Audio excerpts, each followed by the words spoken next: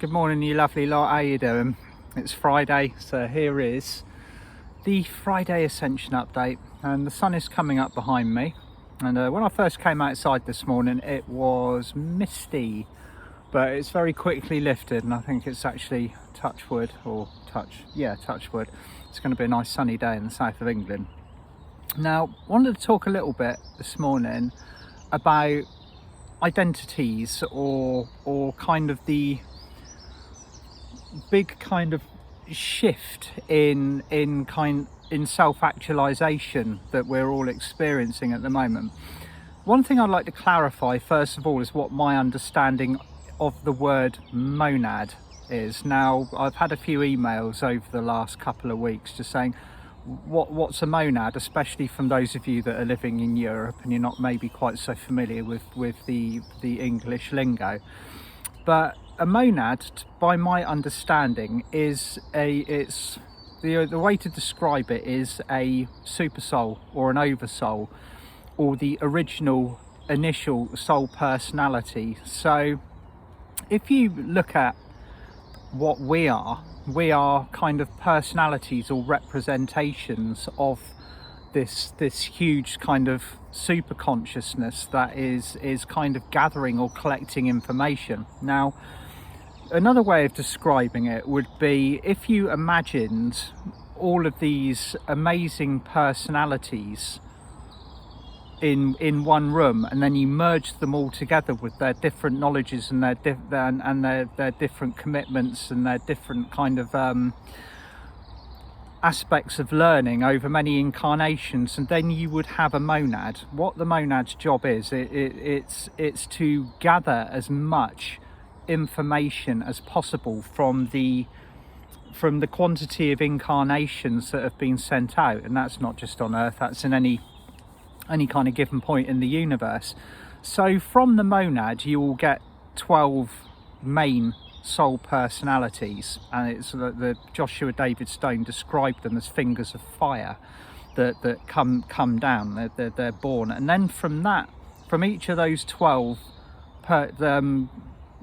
major kind of soul energies, more are born. So these are what we are actually representing at the moment. We are representatives of those personalities. But the interesting thing is, and what I've seen over the years is many of us are kind of remembering and connecting with our past lives, our past personalities, especially the ones on Earth, that were the ones that are significant, that come up for us to clear. And we have, of course, been different people in different bodies and different times, having different experiences.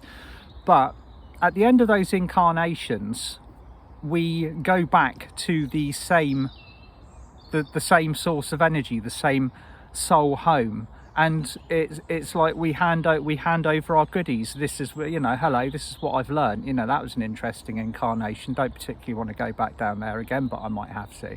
You get the kind of drift with that. So this is how I understand and feel the monad, or the monadic presence. It is the aspect. It's when we say your higher self or your highest self, that is the energy that I am talking about, or we are talking about. So that brings me on to the subject of how powerful the soul triggers are when we meet people on our ascension pathway at the moment. Now, particularly since the cosmic moment, since we've had all of this huge increase of energy going on since 2012, and we're now in this amazing fast-moving corridor of shifting energy, which if you want to put it in a box and label it, it's the fourth dimension. It's the turbulence as we're going from the shift from 3D to 5D. We are in the process of releasing all of the kind of the burdens, the karmic agreements, the soul contracts that we have. And when we've done that, or when we're in the process of doing it and we've achieved the majority of it, then we begin to connect with our soul family. Now, a lot of the time, these triggers are strong, because these are people that we are actually directly related to on a soul level, or that we've served with in past lives. Like one of the biggest ones that I saw back in, particularly in 2014 and 2015, is all of the Atlanteans recognising each other. Now, of course, we're rolling out an Atlantean blueprint at the moment. This is what we have got for our future.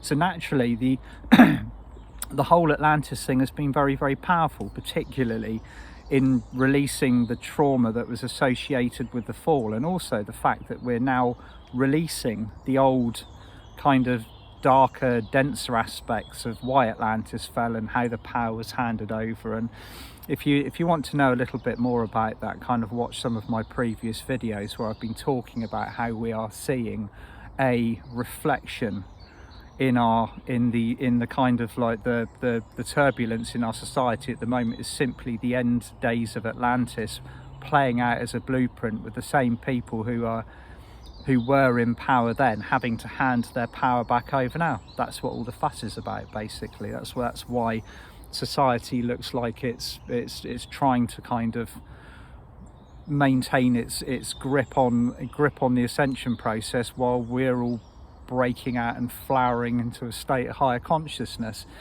So when we release that, it's a set of lessons and initiations that are contained within the sacral. All of the ballast and all of the agreements, particularly people in our lives that were there previously that aren't going to match our vibration, they drop away. You've heard me talk about this before, and are replaced with our soul family. Now, there is nothing more supportive than people who are completely on the same energy wavelength as you, people that you've basically served with before, you know very well energetically. And meeting those people creates triggers. So when you hear the term meeting your soul family, that is exactly what you are doing at the moment. And the second they start to gather around you, you know that you're on the right pathway and that you're going to be fully and completely supported. You know, it's I think there was a term that came through to me quite a few years ago, which was spirit runs thicker than blood.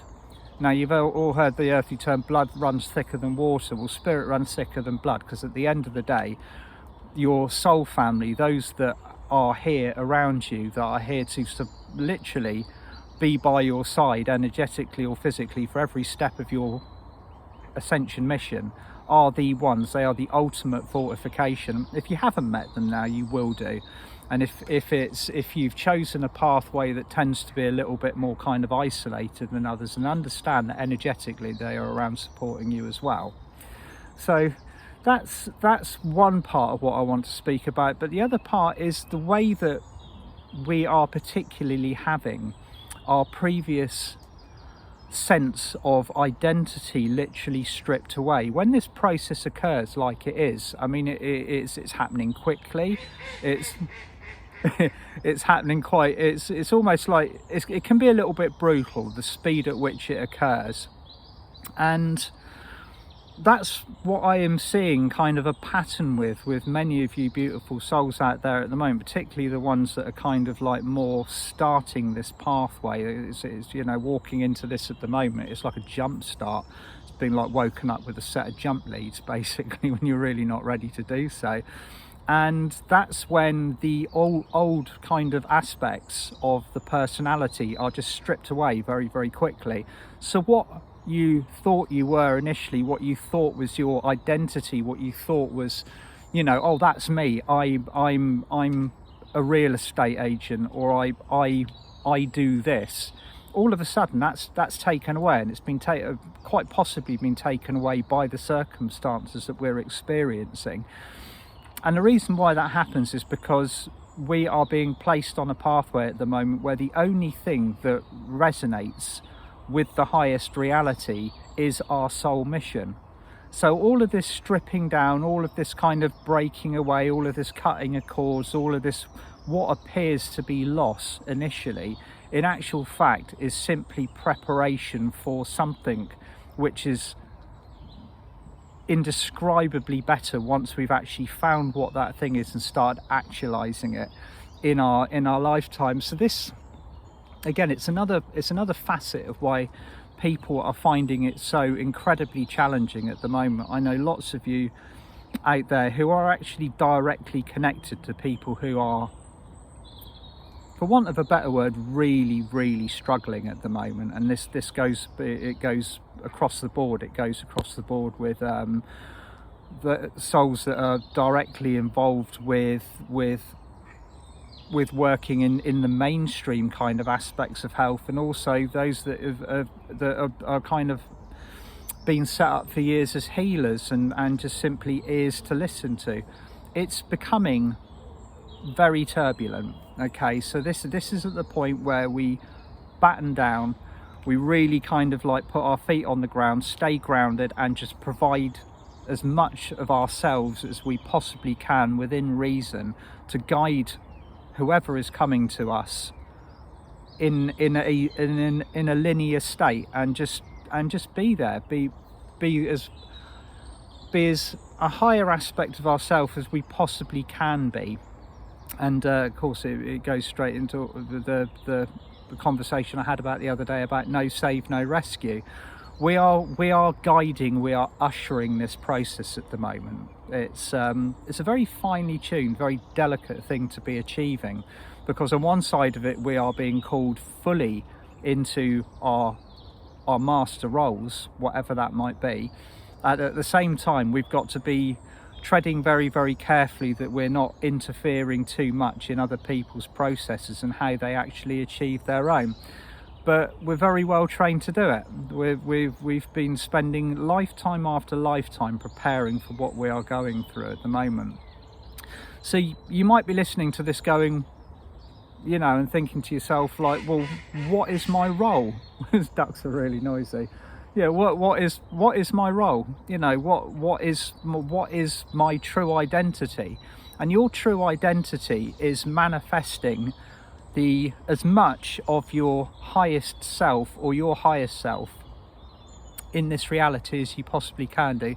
So all of that soul energy, all of that monadic energy is coming down through to you now.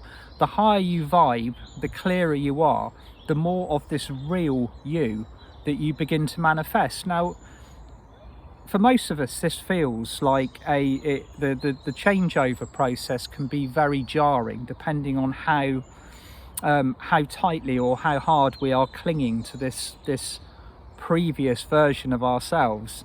And sometimes it just drops gently away, or on other occasions it's got to be something that it's stripped down over a period of time, and that's when people become very worn out. They become very distressed and not necessarily kind of aligned with the experiences that they're having. So we ultimately are all becoming our higher selves. We are here to represent our monadic energy as best as we possibly can with the physical representations that we are. So when, you know, there's a little affirmation I love reminding myself of, particularly on days where I might wake up feeling a bit cruddy or not quite aligned. I always say this to myself 3 times, or as many times as it rolls through my head. I am my highest self. I am my highest self. I am my highest self. Not just my higher self, but my highest self. The highest version of myself that is available to me at this time. Second you do that, the energy starts coming down your Antakarana bridge and it anchors into your base chakra. Now, the base chakra has been, it's one of these overlooked chakras, because everybody's interested in the ones in all the high frequency stuff coming in, and I spent years doing that. I spent years kind of like just gleefully bringing all of this high frequency light into my stellar gateway, opening up my soul star to see what my past life gifts and talents were, marveling at how my causal chakra above the top of my crown would expand and exponentially when all of the moon energy came in. But as soon as we started getting into the physical chakras, which is where the hard work is, it's like, you know, it's like, all right, okay, I'll leave that till next week, until you actually get down to the sacral and the base, and that's where the toughest tests and the toughest lessons always lie. Spoke about the sacral just now. That involves kind of, you know, the activation of the 5th dimensional sacral is what will bring your 5D relationships into play. The 3D sacral holds all of your 3D versions of those relationships, and most of them were very 3D. Friends, family, partnerships, you know, even how you relate to your boss. But the base, okay, the base is a different matter altogether. Now, a lot of you will be familiar with the old color of the base, and it's pretty much like the you know, that red on my check shirt. It was bright red. Okay, the old 3D base was bright red, and when the 5D chakras came in, which they did very, very quickly, the color of the base became platinum. So I have not seen for a good number of years anybody who has still got that red color within their base chakra. And quite often there's a bit of an overlay. Okay, when the blueprint of the 5D chakras came down, the aspects of the 3D base didn't completely disappear, so you could still see red shining through the platinum. But with what's going on at the moment and the way that the frequencies have jumped, we're so far away from that 3D energy now that none of this residual energy is left. We are simply left with kind of patterns of behavior that are rooted in the 3D base. So it's a very different thing. So if you were going to work with your base chakra, what you are doing is you are anchoring your highest aspect of your personality, the part of you that is the shiniest, the brightest, the most grounded, the most high frequency. And it's funny because you could spend a week, and say like a week doesn't sound like a long time, seven days, but the way that we're being pushed at the moment, like very, very hard, you can go through 2 upgrades in the space of 7 days. You know, I'm sure all of you will be like, yeah, I can resonate with that. They're not particularly easy. They can be quite jarring. They can be quite emotionally tumultuous, and even physically sometimes put us on our bums so we can't do anything. But every time we go through that upgrade process, we go down, we clear, we integrate new energy, and then we rise again. Every time that happens, a new aspect of our highest self, or you know, the energy that is the brightest and the highest, that personality anchors into our base chakra, and it is the seat of our soul. It is the seat of our mastery. So once we've navigated this whole what am I really, well, you know, that's obviously not what I was, what am I here to do? And quite often it's just it has to be a case of trust, because the actual picture of you in your master role might not be completely visible yet. But what you've got to try and do, which is easier said than done, is actually visualize yourself just in the highest vibration possible, doing the job that you've incarnated to do. And once you've made that commitment energetically, once you start anchoring in the highest aspect of you into your base chakra and manifesting that mastery, actually taking control of your ascension process rather than it controlling you, then that is when the base starts to really shine, and it stops pushing us through all these continuous initiations where we're questioning our reality, questioning what we're supposed to be doing here, and ultimately questioning whether we're actually even supposed to be on the spiritual pathway in the first place. And it's that's another one. It's been coming up a lot recently. It's like, can I go back to sleep again, please? Because it's actually once you've activated this process, there's no I don't know whether you've heard the term or not, there's no unread pilling yourself. You can't then take the blue pill and go back to sleep, go back to sleep again. It's a funny old process, and we are moving through it so fast at the moment. I'm loving this February energy at the moment. This February energy feels very balanced and very calm. Like I've said previously in previous recordings, there are 2 very distinct realities that you can pick at the moment. You can pick the one where all of the turbulence is occurring, or you can pick the one that is highly supportive of the way that we are being literally pushed through this corridor of very, very fast moving energy. And yeah, I'm genuinely excited to see and experience what's coming up this year. And yeah, Monday, Diana Cooper and I are going to be focusing on the event where we are talking about the Golden Children. And on Thursday, Carolyn Bennett and myself are presenting the last in our series of 3 of Ascension Essentials. So next week's going to be a good week for online workshops and other bits and pieces. So if you're joining us, that would be lovely to see you there. But I'm going to bid you all farewell. Happy Friday. Hope you have a beautiful start to the end of the week and a beautiful weekend. And I will talk to you all soon. Lots of love. Bye for now.